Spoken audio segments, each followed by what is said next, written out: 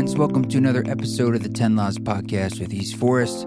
I am the said latter, East Forest, and welcome to this episode. Today, I have a conversation with Kash Khan. What kind of great name is that? It's like a movie name, Kash Khan.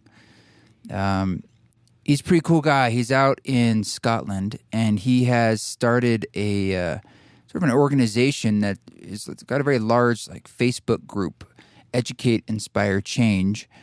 And he's just out there trying to do what he can. You know, he had his own awakening, and he wants to make the world a better place. And I was like, all right, let's get into what that means, the pitfalls and the discussions of that. And so I was grateful to be able to meet him. And, you know, for me personally, Facebook, all social media, but Facebook in particular, you know, it can be a tough ecosystem. The atmosphere is rough. There's some toxicity sometimes to the way people feel entitled to share their opinions or kind of shut people down, that kind of cancel idea that I've brushed up against myself on that platform. And look, this is a super small minority of people, but, you know, people who I would say we're on the same team, but they take umbrage with something that to me seems crazy. But regardless, it's enough that sort of toxic energy has made it so I've wanted to distance myself personally from my interaction on it, which is a bummer because there's so many wonderful folks out there. I'm sure many of you. So it's just I wrestle with that energy. And so when I wanted to talk to Kash, it's like, wow, you know, you're diving into that platform in such a big way. You know, millions of people essentially entering into conversation is the main aspect of I think the group or the organization, and it takes some chutzpah, it takes some clarity of vision. So we get into stuff like that, and I think you'll enjoy the conversation. Hey, got that track out called Voyager with DJ Anna. I don't know if you got a chance to hear that. That's on all streaming services.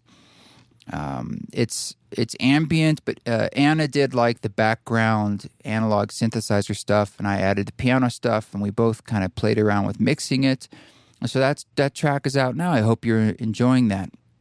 I'm down in Boulder, Utah, down in southern Utah. I came down here last week to start mixing this new record. I've been recording lots of strings. I worked with some members, the 208 Ensemble, who are 3 players, cello, viola, and violin, who play in the Boise Philharmonic. And then I recorded my friend Owen Hoffman-Smith and Thatcher Schmid out in Portland, Oregon, at the Map Room Studios, which is the same studio I did a lot of recording for the Ram Dass album. And so I've got all this string stuff I've been going through, and I want to start culling through it and mixing it. So it's very exciting for me because when that moment where an album starts to take shape and the sounds start to come together, but it's also been really hard. I mean, I've been working with the arranger, a friend of mine, Lorna Doone, as she goes, and so some of these string parts are pretty complex, and one of them had 50 tracks, and it took me 8 hours just to do an initial mix. I've been in the studio about 10 hours every day down here, just me and my dog Kaya. I got her for a little while, and we've got a nice little schedule where we head down there. You know, we take our little break at 3 o'clock for her to have her food, and we go on a little walk, and then we keep working. So we're going to be heading out there soon, and I'm just really excited for the evolution of the music and where it's going, and looking forward to sharing it with you soon. So that is my next major record, but we have some releases before them, like the one you heard called Voyager with Anna. Thanks for reviewing the podcast. We've had a few more come in. We're at getting closer to the 200 mark of ratings on iTunes, and that'd be a huge milestone for me and for this show. So if you haven't done it or you want to do it again right now while we're talking, pop over, give the show 5 stars, and if you want to do a written review, that's awesome too. Really helps people take the leap to dive in and helps us get good guests. Okay, so let's dive into this conversation with Kash Khan.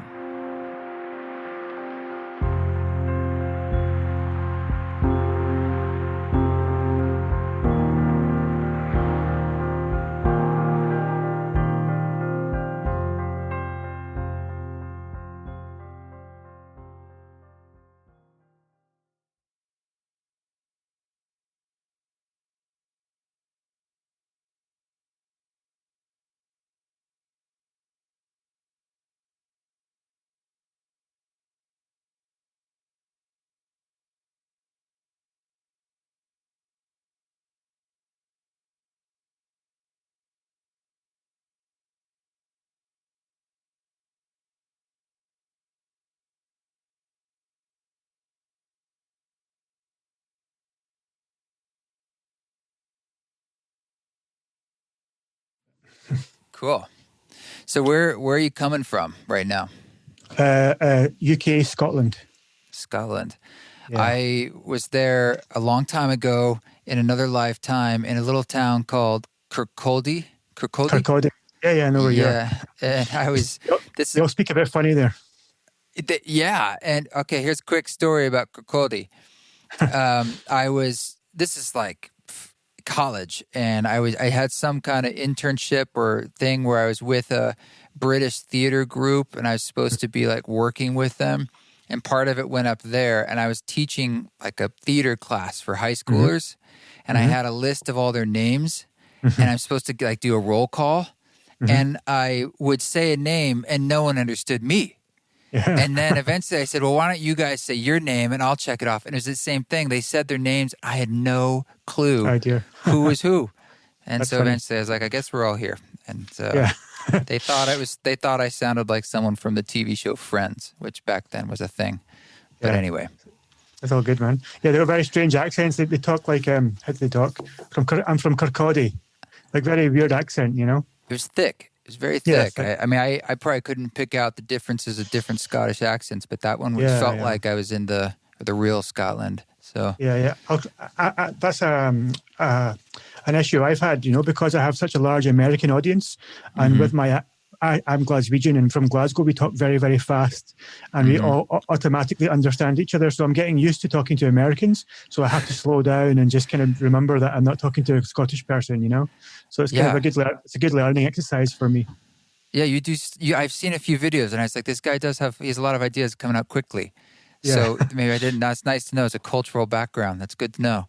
Yeah. Well, a good way to start for me and for listeners is if you could just give us a little bit of a summary about your background and the Mhm. project you have going on, and then I'd like to take it from there, if that's okay. Sure. Okay. So I'm born and bred in Scotland. I was born into a Muslim family, although I stepped away from religion at a young age. But in my early 30s, I had a bit of a spiritual awakening. And it was through some adversity I faced in my life where I couldn't see my own son for a while. And it forced me to kind of look at myself and assess my life. And it was out of that I decided to create a platform called Educate, Inspire, Change. So this platform originally was just designed as a way for me to connect with my son, who I couldn't see. You know, I wanted him to see what I stood for. So I made a Facebook page called "Educate Yourself, Inspire Others, Change the World," and it was just a hobby. It became a passion over a few months and a couple of years, Mm-hmm. and it kind of led me to where I am today. I'm deep in this spiritual journey, and I'm thankful to say that I've now built a big platform of over 3 million followers. And I was able to make a business out of my passion. And it's really sent me on a journey of self-discovery. And even now, I'm growing every day. I'm learning new things every day. And the future's quite bright for me now compared to where it was 8 years ago, you know. So that's kind of where I am now. Okay. Mm. And part of that journey for you, at some point, plant medicine became after this time where you couldn't see your son. Sort of, when did that come in as work for yourself? Yeah, so I created the page 8 years ago when I was 30 years old. I'm now 37, going on 38. And I only did plant medicine for the first time in March 2019. So only a year and a half ago. Mm-hmm. I jumped in the deep end. I did ayahuasca. It's the first psychedelic I ever done in my life, you know? So like I had no experience with DMT or mushrooms or LSD or anything. So this was the first taste of psychedelics for me. And it really blew my mind, as you would expect. But like it was the right time for me, you know. It called me almost. It was through my business, Educate, Inspire, Change. I was creating content, and I think Rhythmia, which is a life advancement center in Costa Rica, they serve ayahuasca. They liked my page and they contacted me. So it was kind of ironic that they reached out to me. I didn't look for ayahuasca; it almost found me, you know. That's usually how it happens with people. Is they describe it that way, that it just comes into their lives. The invitations come from many different angles. Exactly. And I remember the first time I heard about ayahuasca, I didn't know about it. So my initial reaction was one of fear, you know. I was like very hesitant to say yes, and I rejected the original invite. I just said to them, no, thank you, but I appreciate the offer. And then over the next few months, for some reason, I just kept hearing about ayahuasca and I just kept hearing about DMT. It was like lots of synchronicities were happening. I started to follow Joe Rogan, Duncan Trussell. I started to hear about Terence McKenna, all these kind of people who Right. practice. So, and I felt like this was a sign, you know. So the more I learned about it, the more I got interested in it, and the more I realized that this is something I need to try. So about a year later, I emailed them back and asked them if the invite was still open. And thankfully, they said yes. So I gave myself about 6 months to prepare for my first journey. So this was in about October, I think, 2018. And I went in March 2019. So I had 6 months of preparation, learning about ayahuasca, understanding my intentions, the importance of diet, all this kind of stuff. So I really did my best to put my place in a good position to have the best possible journey. Did you walk into it with a meditation practice? To be honest, like I struggle with meditation. I always have. I have a very racy mind, you know. But I did since doing it the first time.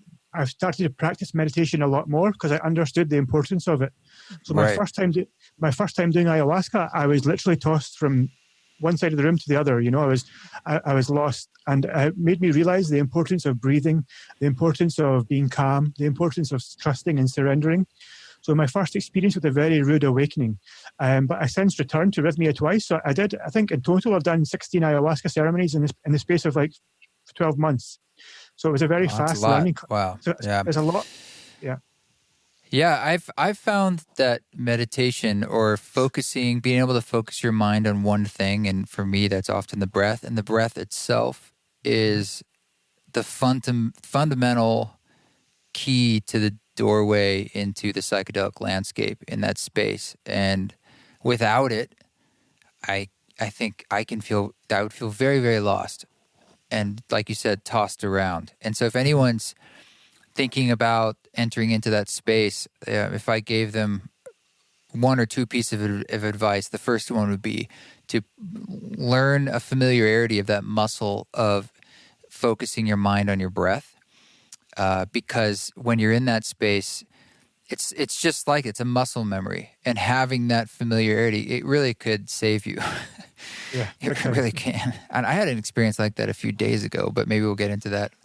Sure. Not with ayahuasca, but I want to ask you about this platform you have, Sure. Educate, Inspire, Change, because I don't know what the landscape is like in Scotland, but I would imagine the community who likes this page and interacts with it is global.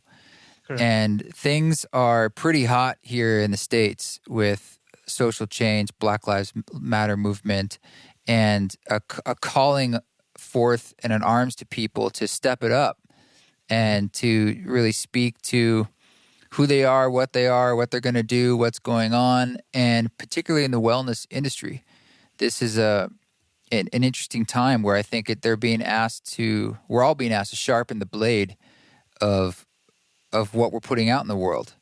And there's a tendency in the wellness world to be very broad, right, or very generalized and meta. And not that those things are they're not true, right? Like if you say something like it's all love, it's like, well, I agree with that, but then some people are triggered by that because they're like, and what are we going to do? And something like Facebook in particular, I want to know, have you found that it's changed in the past months or certainly the past years, but even more recently, like the toxicity of the discourse has some of that, when you have 3 million people engaging with the page, I would imagine that's inevitable, that there's some people coming on that are just like trolling, Yeah. and how do you deal with that? And how's this energy coming up for you lately on social media? Yeah, good question. So with Educate, Inspire, Change, we have such a broad audience where you get people from all walks of life with many different views and opinions. So you can't please everybody. So, you can post Black Lives Matter, you're going to upset somebody. You can post All Lives Matter, you're going to upset somebody else. So the way I've chosen to navigate around this is I'm trying to post less controversial content and focus more on self-healing, because I've found that I was adding to the problem by writing articles about, for example, Donald Trump, or creating articles to do politics, or raising awareness on war in Iraq or Palestine, And although these things are very important, and it's important to be aware of what's going on in the world with current affairs, but what I realized was when I was reading through the comments, and a lot of division, a lot of separation, a lot of emotions were riding high, and I felt like I was adding fuel to the fire, So I kind of combined with my plant medicine journey, I felt like what's better is if I can put out messages of positivity that are designed to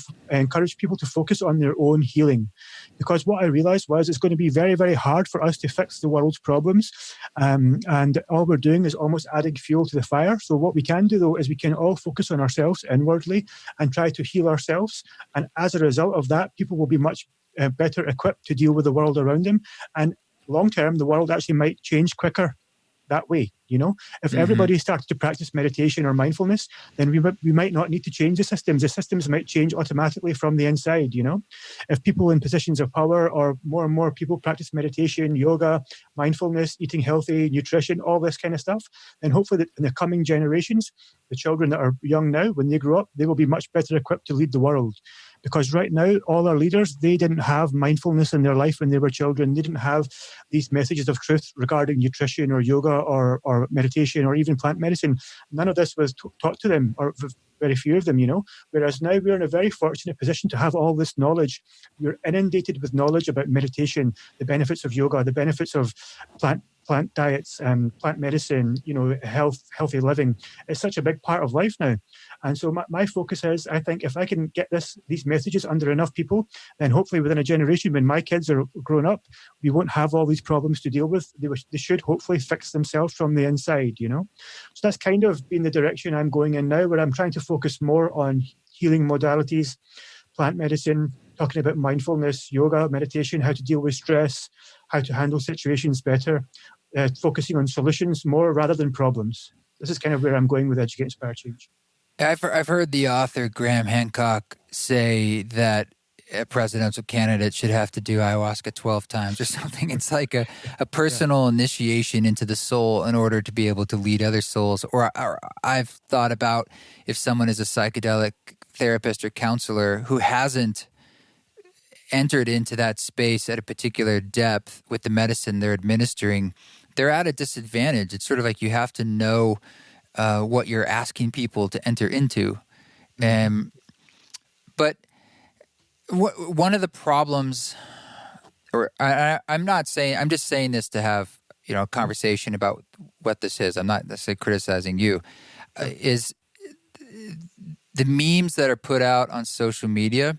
There's no, you can put out anything, right? So when you think about this idea of educating people, it's hard to do in bite-sized amounts, but those are also very powerful in how they land in people's consciousness.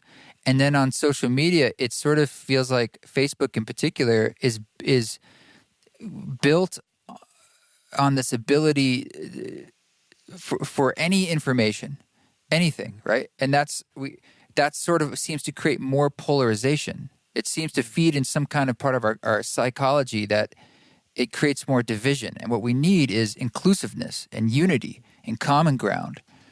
And so it's interesting. It must be interesting that you're working inside a platform that is, in essence, creating division. But what you're trying to do is bring people together.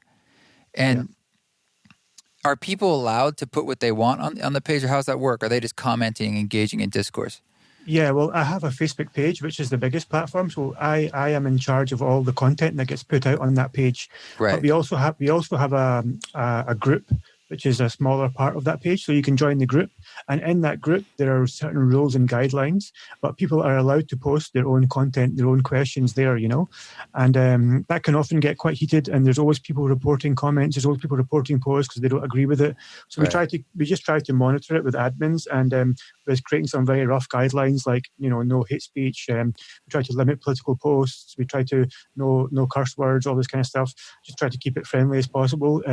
Because healthy debate is important, but unfortunately in social media, it's very hard to create a healthy debate, People just, they almost like they want to hear their opinion out of your mouth, They don't want to listen with the intent to learn. They want to listen because they want to hear their own opinion, So people have their own they project their own opinions onto people. And unfortunately, behind the computer and social media, people get even more bold, so that Right. you There's get, this yeah, anonymousness, so to speak. Yeah. yeah, exactly. So it's just hard. It's very hard to manage and maintain. But what keeps me going is I feel like I've done much more good than bad in the last 8 years of my life, like the seeds of truth that I've planted, or the people that I've helped overcome depression, or the people that I've educated or learned or taught them about meditation or yoga, or pointed them in the direction of ayahuasca. That to me is invaluable, because if we can inspire one person, that person will then go on to inspire generations and generations of their family and friends. And it's really like a very positive message we're putting out, So like to me, that's the overriding thing that guides me, as I'm focusing on the positive that I'm doing, because not everyone's going to be perfect. We can't all run 100% pure platforms that are going to be nothing but truth and positivity. We're all going to make mistakes. We're all going to create bits of separation, sometimes, by mistake or not intentionally. It's almost inevitable. So I just focus on the good that I can do. And I think more this path of plant medicine, meditation, yoga, it gives me more sense of fulfillment, because I feel like as long as I'm guiding people in that direction, I'm good. I feel good. I sleep well at night. My conscience is clear, I just try to steer clear of these really controversial topics that might incite hatred and might cause people to become more depressed or more negative, because the world is it's full of negative media every day. You only have to turn on your TV and you'll see poverty, war, famine, rape, murder, prostitution. It's everywhere.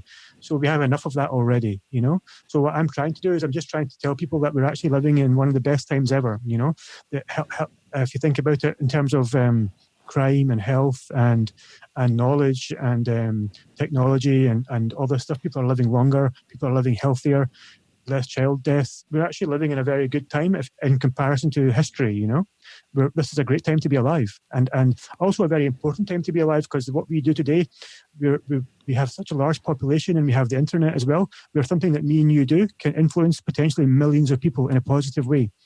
No one ever had that power before, because no Yeah. one was able to. So it's a really beautiful time to be alive. And we have now what we do today will echo for hundreds of years across billions of people, which is why we're living in a very important time. I really believe that.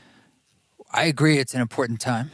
And I would also agree that it is true that by a lot of measurements and numbers, we're living in a better world as far as like how long we live and the technology and medicines available to us. And that triggers a lot of people to hear that as well, because it is also true that for many people, they're more oppressed than they've ever been, or the systems are working against them more than they ever have. And these are simultaneous truths.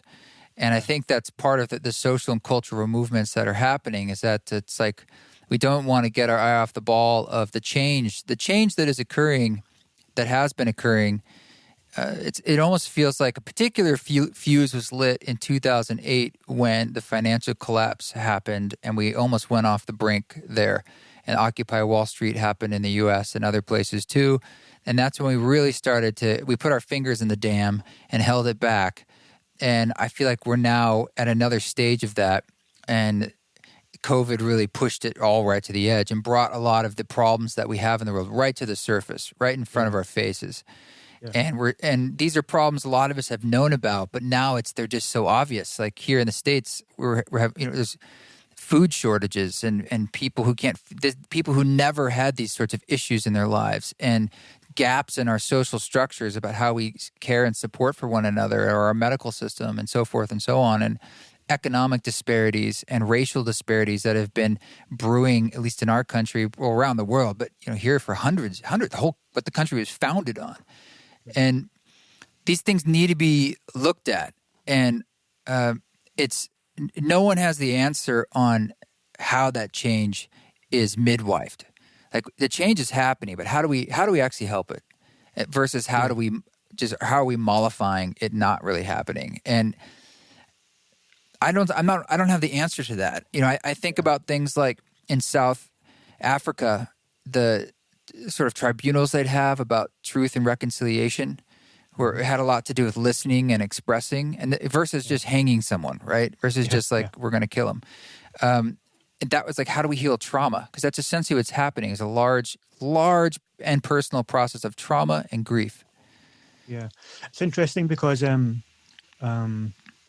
there's no doubt that all the systems that run the world just now are fundamentally flawed, because many of them are based on profit and making money, and they're not really based on a moral, sound ground.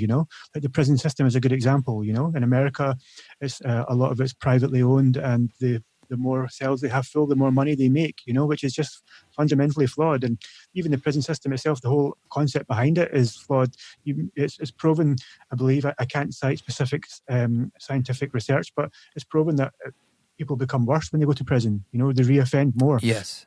So Yes. why are yet we continue to do this? We treat prisoners like caged animals, and we expect them to come out healed, which is just totally irrational. The prison system, there's the education system, there's the health system, the political system. They're all fundamentally flawed. But the problem is that people go into these systems with very good intentions. Like I have friends who are educated that want to become politicians or doctors or lawyers. They go in with the intention to fix these systems, but once they're in, they become part of it, and it's almost impossible to fix from the inside, because the systems are just so massive, so huge. You have to work for many years diligently just to make a very, very small change in a small law, or whatever it might be. So for me personally, like since doing plant medicine, I've made a decision in my life to try to be the change that I want to see in the world. So by my living what I preach, so I'm planning on moving to Costa Rica in the coming months to try to live more sustainably. I'm in a fortunate position where I can afford to make this move, and I have people around me to support me. But I'm just trying to be an example, so trying to grow my own food, live sustainably, trying to educate my kids in a more healthy way, trying to create a better environment for myself, and trying to show people systems that do work, because there are small communities dotted around the world, particularly in Costa Rica, funnily enough, where people are living sustainably, where they're growing their own communities, they have their own schools, they're growing their food in their local areas, there's very low crime, there's very low stress rates, low suicide rates. People are generally happier. People are generally healthier.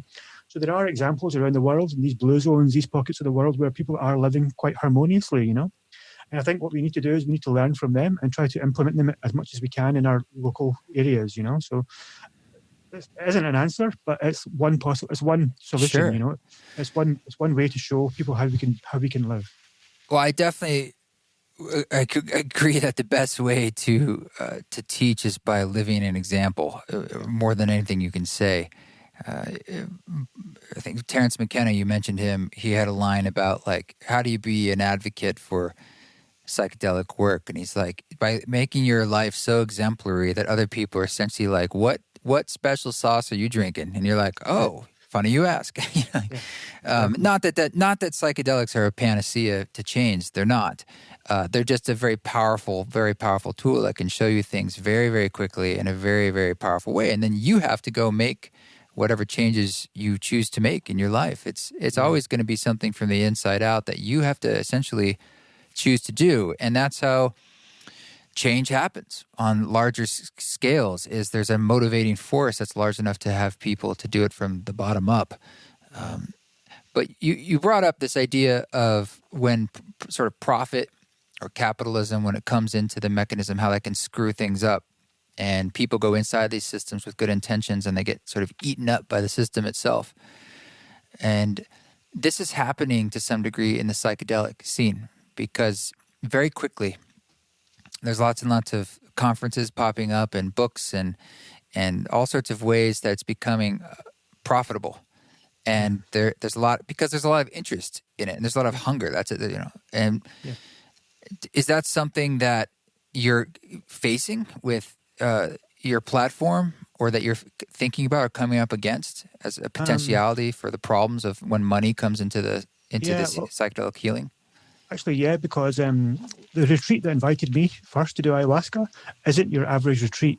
It's quite a high-end, expensive retreat where most people couldn't afford, Mm-hmm. So, like, I remember going there for the first time and thinking this is like a 5-star luxury resort, And the people around me were all fairly wealthy, affluent people from nice backgrounds, And it made me think, like, is this the best place to do medicine? Like, is this the most authentic experience?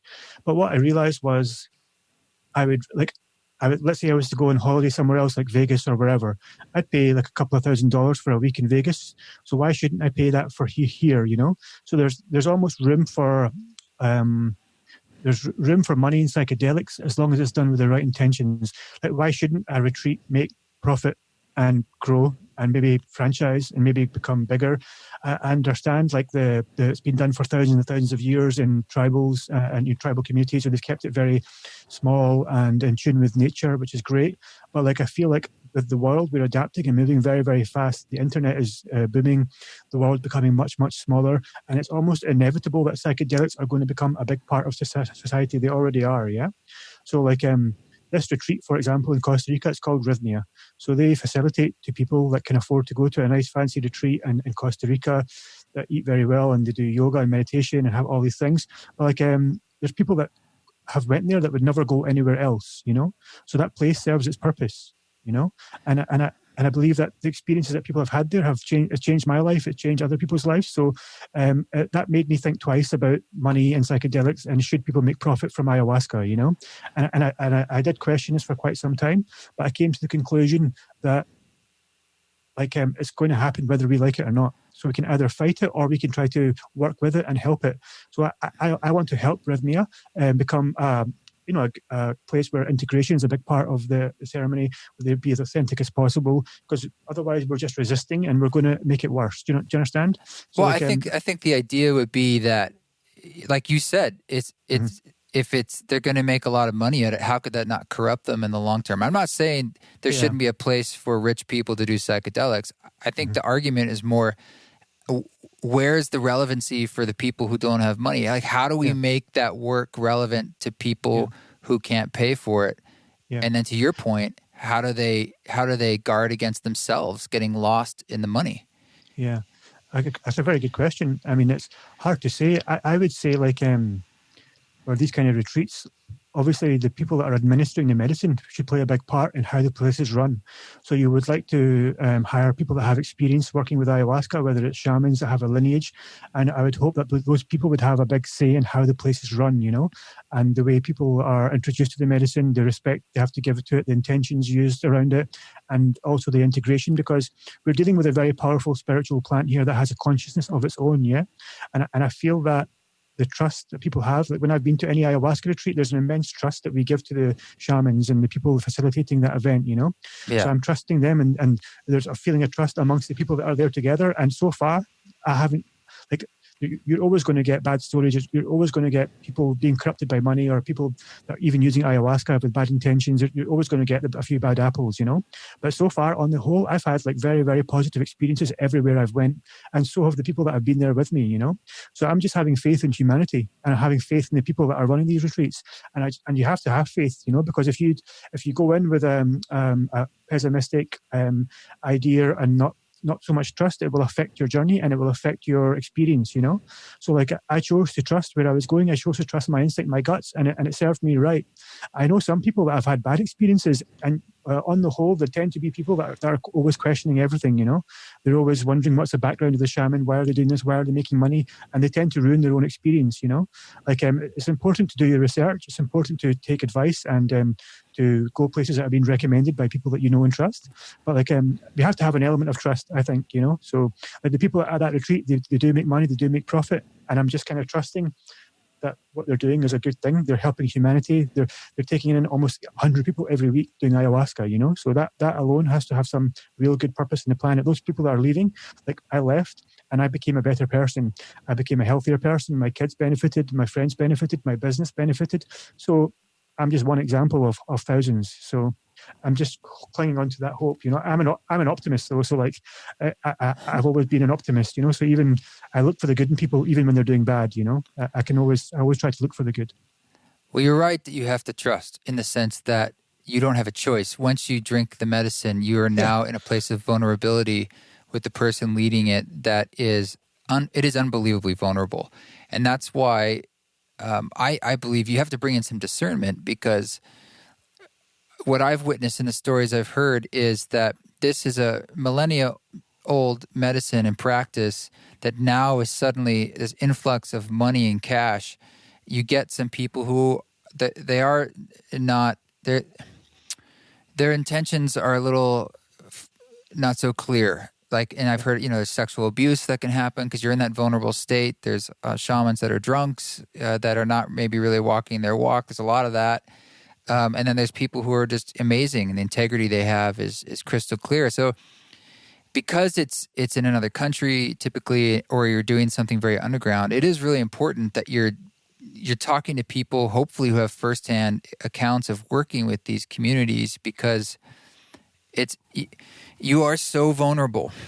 You really are, especially as a woman, and going to a culture where that's also sort of different, and yeah. So it has changed though, because when people see opportunities, like, oh, I could charge these gringos a lot of money, Mhm. and some people they'll just sign up, and I think I don't know a lot about Rhythmia. I've heard of it, but it sounds like they have a huge operation going. So I They don't. do, yeah. It's a little different than some of the mom and pops, but there's these things have popped up, and for that community, like that's a crazy amount of money compared to like what's normally down there. And Yeah, I yeah. would hope that it's supporting too, like people in their community, like they're hiring them to work there. But there's an imbalance there, right? Of like people Yeah. coming from around the world who have all this money to a place that has very little money, and I think we all need the medicine in a way. Like we all need it in different ways. We're all human beings. We're all souls. And some people argue that, okay, we should be giving it then to the people who have the most power because we want to change them. And then I'm more of like sort of the soul level thinking like, well, we're all souls. And you might think it's more important to give it to like Donald Trump or Elon Musk or whoever. But I think in some way my heart tells me it's just as important to give it to anyone who is just Yeah. a mother or a father, and how it's going to make them Uh, hope potentially a better parent. Yeah, I agree. I mean, like obviously we're all going to have children and children's children. So if you do medicine, that's going to run through your lineage. They say when you heal, a shaman told me this, but he said to me, when you heal 7 generations before and 7 generations after. So like, who knows who your great great grandson's going to be? You know, he might be the next president or the next Elon Musk or whoever. You know, so and that's goes for all of us. So the impact by me healing is going to affect my children and my children's children and so on. You know, so like yeah, I agree with you. Like every single human is vitally important. We don't know how important we are each in the role for humanity. You know, even like me giving one person some advice, we don't realize how important that little bit of advice could be, because who knows what that person's going to continue to do with their life. You know, so it brings me into another topic of mindful living, because this has been coming up a lot for me lately. You know, because if we talk about mindfulness with yoga, with meditation, or like mindful living, just in terms of conversation you're having with people, be mindful of how you're speaking, what kind of advice you're giving, what kind of support you're giving, mindful eating, just the cars you drive, the clothes you wear, the companies that you're using to buy goods from, all this kind of stuff, you know. And the more mindful you can be with everything that you do, then that's going to have a ripple effect on the world, you know. So I'm Yeah. trying to I'm trying to promote this concept of mindful living. Just if you can just be mindful over everything, all your daily interactions, small things, you know, and it will all add up eventually into a very, very big thing, you know. And I think that to me is an important thing that I'm trying to get across to people during this time. And that came to me through the medicine, you know, just be mindful. Because I remember doing ayahuasca, and I kept saying to myself, be gentle, be gentle. And I was kind of touching myself very softly, you know, because, this was happening to me. And it was like, almost like I wasn't doing it. It was happening to me. I was just saying, be gentle, you know, give yourself love. Because I realized that all my life I've been very hard on myself, you know, like even my self-talk, you know, I'll call myself names or be angry at myself for making mistakes or all these kind of things, and be guilty and be ashamed, all this kind of stuff, you know. So it's just about being gentle, being mindful, taking your time, thinking carefully through things. So this is like practice I'm kind of trying to introduce into my life. And I think even doing the medicine as well, like everything, be mindful, like do your research, take your time. There's no rush. Speak to as many people as you need to speak to, you know, and like feel really good about it before you do something. Because I think a lot of people are jumping on the bandwagon where they're hearing about ayahuasca and they're Googling a retreat and they're going, you know, which is very dangerous. Yeah, you can get rocked. There can be psychic damage for sure, psychological damage. Be, Being mindful, in a sense, is also awakening to the knowledge of our interconnectedness to not just other people, but to the whole planet. And this idea of it's been encoded into maxims for forever, like the golden rule. The idea that what you're doing to others or other people or the planet is sort of, you're doing this to yourself. If you start to see that interconnectedness, and often people feel that as a felt experience in psychedelic states, and that's quite powerful because it It allows you to make choices that aren't just about an isolated sense of self. And we are at a place in a polarization that's emerging more and more over the last years, where it is about people thinking of just themselves and getting, me and getting mine. And that is the exact opposite energy that will carry us through this change that you were saying, that the change that is happening, the transformation is happening on this planet that has to happen and is happening. And COVID's a part of it, and the economic collapse is a part of it. And it is hard and it is suffering, but that's how we're sloughing off the snake skin so something else can be there. And we each play that part. And it is fundamental. That is one of the first steps, is realizing through, if you want to call it mindfulness, the way that your actions matter, your choices matter. But the last time I did ayahuasca, I was at a retreat in January, and I deliberately went to a much smaller retreat because I wanted to have a much more intimate kind of experience with ayahuasca, and less kind of frills and just more deep healing, And there was a shaman there. She was a German woman who had been practicing medicine for many years. And she was almost like a therapist as well, and she gave me really great support, but she gave me an added awareness, because when you're in the middle of an ayahuasca ceremony, often everything can be happening to you, and you're kind of, you become like a victim almost, or everything's happening to you. But she taught me to be aware of what was happening to me during ayahuasca. She taught me to become the observer, So when you can really observe yourself experiencing whatever you're experiencing, whether it's fear or anger or pain or sorrow, whatever those emotions are, instead of being in it, try to observe yourself and try to understand, why are you feeling this way? What's causing this? Because I realized that I was behaving in certain ways during ayahuasca ceremonies when I was at Rhythmia, for example. And these were defense mechanisms that I had built as a young child into myself to avoid dealing with pain and fear, So, and she made me aware of this. She goes, I see what you're doing, and you're distracting yourself from the source of your pain. So she gave me this ability to become aware of what I'm doing. So now what I try to do is, like you say, I try to observe and watch the way I'm living and watch my habits. And it's almost like raising your consciousness. So you're having a bird's eye view of your life, and you're looking around from a different perspective, and you start to understand, like, oh, that's why I lose my temper, or that's why I get angry, or that's why I snap too fast. And once you have that awareness, then you're able to make the changes necessary, because often we are too in it to understand why we're behaving the way we are, and we're too busy reacting on an emotional level, So, for example, I would always whistle and dance during ayahuasca, and I'd get up off my bed and I would dance around because the music would come through me. But I realized I was doing this because I was avoiding facing the pain, because I knew that if I sat in silence and kept my eyes closed, I would confront something that I didn't want to confront, So I'd find an excuse to go outside to smoke some mapacho or do anything to get away from that pain, Yeah. So this is like life. People are so distracted with everything. We buy cars, we watch movies, we buy clothes, we go drinking, we do everything we Pick can up to our distract phone. Yeah. Yeah. We want to distract ourselves, because as soon as we be quiet and sit with our own thoughts, we get scared, because that's when you realize what real life is, and that's when you come face to face with yourself. And not many people like what they see, and that's the sad truth. Spirit speaks through stillness is something that I've said before, because I felt that myself. Or speaks through silence too. You have to give it room to speak, because it's speaking in a tender language, and one that is of the subtler rhythms around us. And so when we're have a cloud around us of electromagnetism and notifications and to-do lists and everything, which there's a time and a place for that, but it's you have to choose to make that space, and inside the medicine journey as well.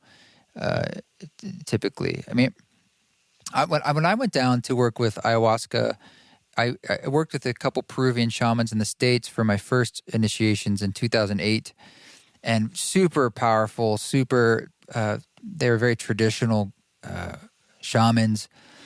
Eventually, my former wife and I, for our honeymoon, decided to go down to Peru to work with a shaman, because we basically got money from the wedding, like, let's use this to go down. And the guy who was organizing sort of the ceremonies in the States, he's like, I could take you, and there's some options on where we go. And I said, okay. And he said, option A is sort of, it's a little luxury. You're going to have screens on your windows. They'll make meals for you. It sounds like Rhythmia, but that sounds really nice. Maybe they had a pool. I don't know. They did.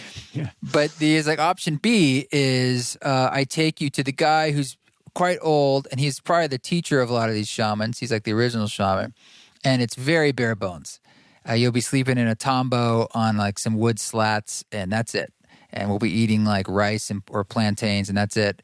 And you're in the jungle. And I was like, I want to do that because it sounds like I want to see how shamans were trained, and I want to just be a part of it for a dieta for a while. And we did that, and we went down there, and it took a long time to get there, and we were way out, and it was not enjoyable. Like, you know, I just had a bug net I brought, and we brought out these crappy mattresses we bought. We put them on like mules because there was nothing to sleep on. You just put the bug net over this rubbery, $20 mattress, and bugs, the whole thing, and the heat, and I lost 10 pounds, and like it was a challenging experience. And there are a lot of dichotomies we were facing being in the jungle, but people had like cell phones, it was like, how does this even work? And we're doing the medicine, I guess, how they have done it for a long time. And now there's a lot of these experiences are catered towards Westerners that I'm not saying they're wrong. It's just maybe that's a way to make people feel comfortable with what's already a very challenging experience, like physically, ayahuasca. Yeah. It's a lot to face. And I found on higher doses of it, you might have your techniques for like how you get away from things, but eventually like there's nowhere to run. No, yeah. And the steep suffering comes from trying to run, like not willing to be like, all right, I'm going to purge that thing out or like let that one thing go. And that's the lesson that maybe can translate to our lives somehow about letting some things go or giving in or trusting, because maybe there is nothing else to do really. And we're kidding ourselves with all these distractions that we're like, well, I essentially don't need to do that right now. But there's a suffering that comes with that waiting. Yeah. Big time. What comes up for you when I say that? Did you face things like that in your journeys, or have you found that more importantly in your life now that you're not in the journey space, just how this manifests and being a human being? Yeah, no, 100%. Like, I definitely have been doing a lot more work on myself since doing plant medicine, and I've been facing my own demons, facing my own fears, confronting some harsh truths, and trying to make changes in my life, and it's a painful process. Like, I remember one night on ayahuasca, this was, I think it was the first time I'd done ayahuasca, and it was the third night out of 4 nights, and I experienced what they later called an ego death. So I kept feeling like I was dying over and over again, and I lost all like understanding. Like I forgot who I was, I forgot my name. I literally died. It was like I became awareness. So I went somewhere else, and I forgot who I was. I forgot my children. I forgot everything, and I was really scared, And then I would come back round, and I would remember, oh, it's okay. I'm on a bed. I'm in Costa Rica. I know where I am. But then all of a sudden, I would lose it again, and this cycle repeated for hours and hours, and it felt like forever, And it was really scary because I thought, am I ever going to escape this time loop? Am I ever going to get out of this? And I started to think that this time loop where I was real life. That's where I live now, and that this reality was a thing of the past. This was a really scary, traumatic evening for me. I was crying lots. I was scared. I was lost. And even when it ended, I was like, what's the point of that? All I do is feel really scared, and like I got really sad because I forgot my children were alive. And I felt like, how could I forget my own kids? I was annoyed with myself. But then the next day, I had to do a podcast, funnily enough, literally 4 hours later, and with the owner of the retreat. But I found myself talking to him in a way I never spoke before, because I felt like I came face to face with death and face to face with all this pain. I appreciated life more, and I was talking to him from the heart, and I was having a conversation on a real emotional, deep, truthful level like I've never done before in my life. And it was like a reset button had been pressed in me. So instead of living in my head, I had made a journey from my head to my heart, and it was a really painful journey, But like, when I was living from my heart, all I wanted to do was connect and feel love and be listened to, and to listen to him as well. I really felt the need to connect, Whereas before, often you're talking to somebody like the way we're talking, you're talking with the intent to have a cool conversation and to sound really good and educated. There's no real good intention behind the conversation. But now when I talk to people like yourself, I really want to connect on a deeper level, in the hope that people who are listening are able to feel that kind of connection as well, and able to be inspired, because people can tell authenticity from non-authentic people, So I try to live as authentically as I can, and that came from the most painful night of my life, So ever since then, I things that make me scared, I go towards them. Like I really do crap myself every time I do ayahuasca. Like before I drink the cup, I'm like, what am I doing? Why am I Literally, here yeah. again? Yeah, literally, and even during it, I'm like, not again. Why have I done this to myself? But I'm putting myself through this pain because it's hard work and it's growth, and this is what keeps me going. And I hope that this is what I'm trying to inspire other people that do what scares you, move outside your comfort zone, because this is where the growth really lives. So that's kind of hope that kind of answers your question a little bit, about the Yeah. pain. Yeah. Well, I think about the change aspect of the name of Educate, Inspire, Change. And change comes from action, right? From Yeah. choices and right action. And what do you think about, you have these insights in yourself and you're transforming and looking at, you call them your demons and the things that are like your blockages and your habits. So how do we translate that into changes and right action in the world to start to address the problems, not just in our internal lives, but in our external lives, in our communities? Mm. Like for me, that would mean daily practices. Like, so it's one thing doing ayahuasca and having a powerful journey, but the integration and how you take those teachings and integrate them into your life is almost the most important part. So how are you going to live? How are you going to eat? How are you going to treat others? How are you going to look after your body? How are you going to treat yourself? So it's just about maintaining daily practices and living your truth, So don't lie to people, don't lie to yourself, be as honest as you can be, and like live mindfully, So for me, it was a case of doing this journey, coming back here. I mean, I still struggled. I remember coming back from ayahuasca and I felt the urge to drink alcohol. I don't know why, but I just felt the need to do something like that, like low vibrational. I think maybe it was because my surrounding was very low vibrational. Like my family wasn't happy. My girlfriend was being her in a bad relationship, unhealthy at the time. So there's all these people around me that were kind of depressed, and I couldn't express to them what I was trying to express. And I got angry, and my initial reaction was to drink alcohol or do something to get out of my mind, So it's not easy, it's hard. And I had to really discipline myself to stop doing that and to treat myself with more care and to start to meditate more and do yoga and exercise and eat better. But it took time, it took months and months of discipline and practice to implement these changes. And only once I implemented these changes was I able to really feel the benefits of the medicine, because anyone can do the medicine, but not everyone can then learn from it and put those Right. Kind teachings of into dieta. practice. Yeah. Exactly. Like you have to clear the space in your body and your life energetically for, again, spirit to speak and your work Yeah, to be continuing. exactly. I think though, this is all talking about like how we're making the changes in our lives and in ourselves. And what Mm-hmm. I'm trying to get at is like how that inevitably turns into a kind of service, like an external action that Mm-hmm. we're that giving outwardly Yeah, in to make the changes in our world. And I agree, it starts from that place of you have to yeah, find that balance in yourself so you yeah, can make good choices. You're not like coming out from a wounded place, because a lot of what we see sometimes in activism is coming from a wounded place.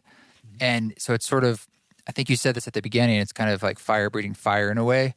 mm-hmm. And it's not that they're not talking about an issue that doesn't need to be illuminated. It's just, it's sort of like we can fight, and that which causes more fighting and then more fighting and more Mm. fighting, and that goes on forever. Do you believe that people have a purpose? Like everyone has their own calling and their own purpose?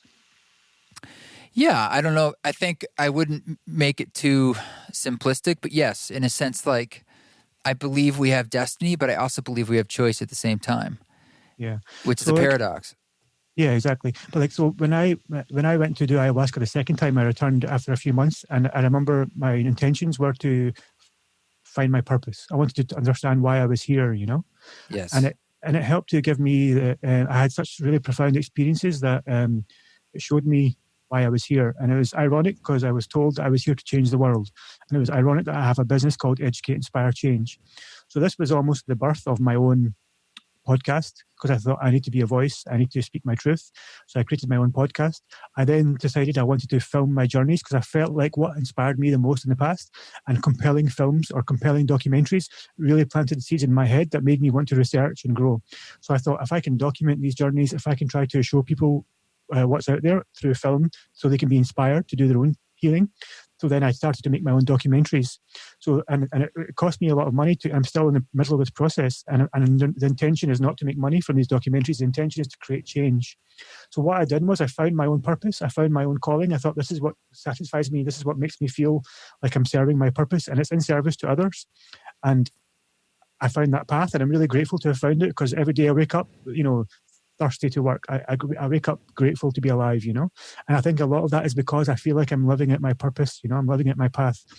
And I think this is an important thing for people, because so many people are born and they're raised in such a way where their purpose and their calling is kept away from them. They're told to get a job, to get married, to go to university, to get a degree, and they never find out why they're really here, Many people are meant to be great leaders. Other people are meant to be great healers. Other people are great communicators, but they never really understand or find out, because they're put into not small, if it was up to my father, I would have been a doctor or a lawyer, Yeah. So, but I'm just lucky. I had a bit of a rebellious nature where I wanted to go my own path, but most people don't, unfortunately. So I think for me, one of the things I like to express to people is do what you love. Find out what makes you really happy on the inside, and continue to do that, whether it's doing art, whether it's drawing or singing or helping others or building or writing, whatever it might be. Do what feels good to you, and then somewhere in there, you'll find your passion and you'll find your purpose. And once you've found your purpose, I feel like then you can really be in service to others, because, that's something I feel passionately about. Is like, I have family members that I feel are working in jobs that don't serve them very well, and I'm always encouraging them to, what do you enjoy doing? What do you love? What makes you happy? Why don't you do that in your spare time and try to turn that into your living or your way of life, And I think that's a really important thing, is just to try to, education for kids is where it should start, is encouraging children to find their passion and do what they love, and to be in service to others as well. Yeah, and that's why we need to have systems that bring that equality of opportunity, because there are a lot of people who don't have the bandwidth, the time, or the money to do anything other than just subsistence living. And that's why that's a criticism, at least here in the States, about the wellness movement being largely for people who have money and are largely white, and a lot of men too. I mean, the yoga industry is more female, but we want to have people to have that ability to say, I believe kind of the words I use. It's like we all have unique gifts. And fulfilling your unique gifts is what I would say is going to lead you towards your quote unquote purpose. And that may not be something that's in the public sphere. Of course it isn't. It's like, it may be very private and personal to you, but that's part of your journey and your unique gifts.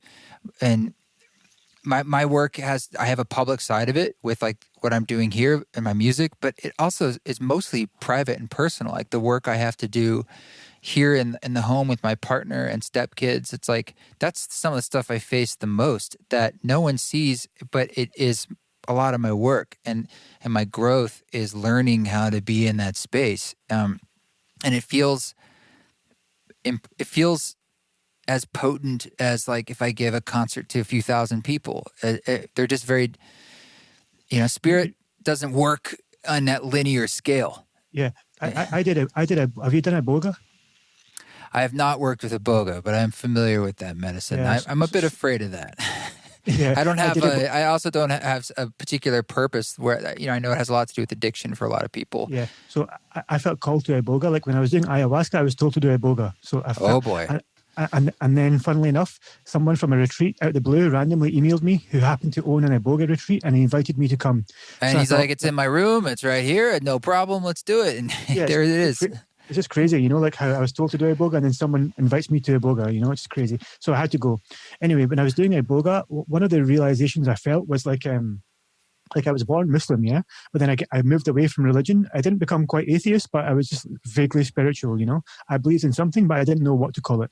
But this iboga trip made me almost religious again in a different way. Like it made me feel and understand a higher power, And what I realized was in every single thing that exists, I mean, like all objects, all beings, animals, insects, humans, even the worst humans, even the best humans, this God energy, this what we call it God or energy, exists in all of it. It's what makes everything exist, And so like you mentioned, the smallest deed Like even today, me and my son were in the garden and there's a wee insect and I'm teaching him to be kind to the insect, and instead of killing it by mistake or stamping on it, I'm telling him, let's do a wee prayer for the insect and let's hope the insect is free and goes to insect heaven. We're just having a wee family joke. But even that small deed to me, I saw God in that little insect, because I'm remembering what my experience was in Iboga. And I thought this little insect could be God. Like, who are we? We don't know anything. God could be in all of us. So all these small things in life, like some people you might never know or never hear about, but they'll do small deeds in their day-to-day life. And those deeds will bring them closer to God than me and you can ever be, like no one knows. This is why it's so important, like you say, to even concentrate on the smallest things in life. Like, you don't have to be a life changer or a game changer or activist or go to protests or a lawyer or a doctor. You can just be a normal, humble guy who treats animals kindly. And that alone, in the spiritual grand scheme of things, could be just as important, if not more important, than somebody who's doing great things in a big scale. You know what I mean? So gave this experience with Iboga gave me that appreciation for the small things, because I realized God is in everything and everywhere.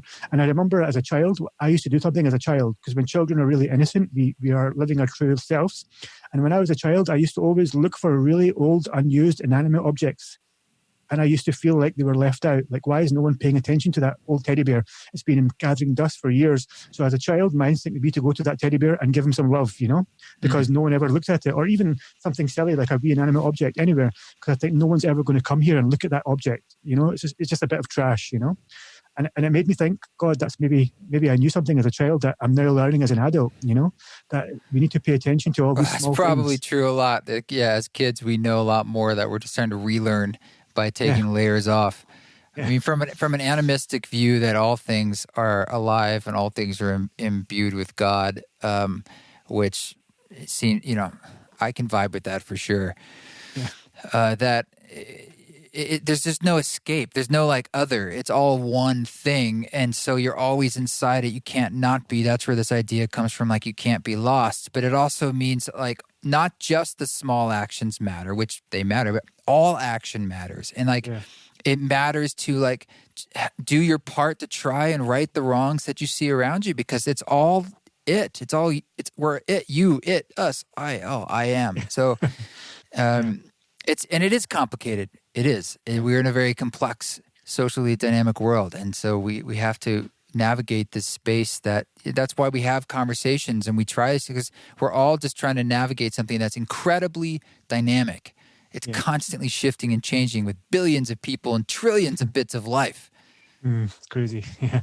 Yeah, it's crazy. I mean, I watch the Joe Rogan podcast quite a lot. I don't know if you do as well, but on that, I love the conversations he has when he talks to scientists or even Duncan Trussell or psychonauts, and they question life and they question reality and they talk about why are we here, and you can just go on for ever talking about this, because it's just so complicated. Because it's infinite. Yes, I mean you could go on forever. Literally, there's no answer. It's the mystery, and that's the thing. That's what art and poetry all is. We do it forever. That's what this dance is. Perhaps it's just the endless dance of the mystery, exploring the mystery. Yeah. But it's beautiful that for yourself, I can see it in your eyes, and I when folks dive in, particularly at ayahuasca for the first time, and they start to really go deep into that space, I always say okay, that's just no tattoos in the first 3 weeks after I drink. Don't tattoo ayahuasca across your chest, because you'll have all sorts of ideas. It's let it ground, and make sure, don't quit your job quite yet. Just wait a little bit. But I can see the fire and the spark in your eyes, and it's beautiful to see you on your own path. Thank you, brother. I appreciate it a lot. And just while we're on that subject, so I mentioned I'm making documentaries, yeah? Yeah. So I've created a documentary. It's called Pantera, which is Spanish for panther, obviously. But so I traveled to 3 different retreats last year, and I took a cameraman with me, and we documented the journeys, and it was almost like we learning as we go. I've never made a film in my life before, so I didn't know what to do. Even the cameraman was fairly inexperienced, but it seems to have evolved and got bigger and bigger. And my last, and then we now attracted the attention of a director, who's quite a good filmmaker, and he loved what we're doing. He likes educate, inspire, change. So he's now came on board. So we're going to continue this Pantera documentary series. So we're just going to be going to different retreats, doing different healing modalities like Iboga or ayahuasca, Kambo, or it might even just be a yoga retreat. So we're going to be filming all these different retreats and trying to show people different ways to heal, So like you mentioned, with people who are doing ayahuasca for the first time, they might not know where to go. So we're trying to create films that will show people the benefits, advantages and disadvantages of different kinds of medicines and different kinds of retreats, to try to help to educate people and to show them, me, because I'll be making mistakes as I go as well, I'm sure, I'm kind of trying to be in the front line and doing this. So I'm really excited because we just released the trailer a couple of days ago, and I'm hoping to release the full episode 1 of the documentary, which happened to be the first time I took my girlfriend, now fiance, to an ayahuasca retreat. So we documented both of us doing ayahuasca for the first time together, and it was really great to capture that on camera for us to watch back with our kids. It's really beautiful. So yeah. I'm looking forward to being able to release this, and it'll be the first time I'm putting my face out really on a public level. For the last 8 years, I've been hiding behind a computer screen, but for the last 6 months, I've created this podcast. I've only done 11 episodes, so I'm still very, very young in the podcast world. But the podcast and the documentaries, I'm starting to put myself out there on the front line, and kind of, so it's an exciting and scary time. Well, maybe we can link to, in the show notes, the trailer and what else, how else can people connect with this world? I assume one of them is just Educate, Inspire, Change on Facebook. Yeah, sure. Yeah. So obviously, they want to check it out. Yeah, thank you. Appreciate that. Educate, Inspire, Change. We have Instagram, YouTube, Facebook, Twitter. We're on all major platforms. And our podcast is also on SoundCloud, iTunes, Spotify. And the documentary is called Pantera. And there's a website, pantera.film, where people can leave their email and then they'll be notified whenever the documentary is released.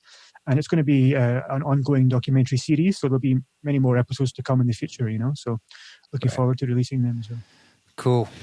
Cool, man. Well, thanks, Kash, so much for taking a little time from across the world. Thank you so much. And yeah, it's great to be able to connect over the digital sphere. It's been beautiful. It's been an epic conversation, and I'm hoping that we can stay connected, brother. Of course. Thanks. Thanks, Kash, for coming on the show. Thanks for the conversation. Stay well out there, halfway across the world in these COVIDian times. This song that you're hearing in the background is called Highway 1. And it is off the album Orbits, which was sort of a remix album that I did for a dance company, the AWOL dance company in Portland. And so Highway 1 is sort of a redo remix of the song Pacific Coast Highway off The Education of the Individual Soul. So you can hear either version wherever you listen to music or at eastforest.org.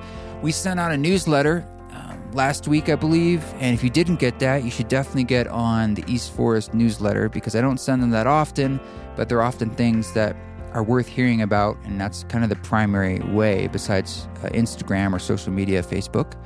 So sign up at eastforest.org. Other than that, thanks again to Educate, Inspire, Change. Welcome to all those new listeners, and you guys keep walking your walk. Don't take any shit, but if you do it with grace.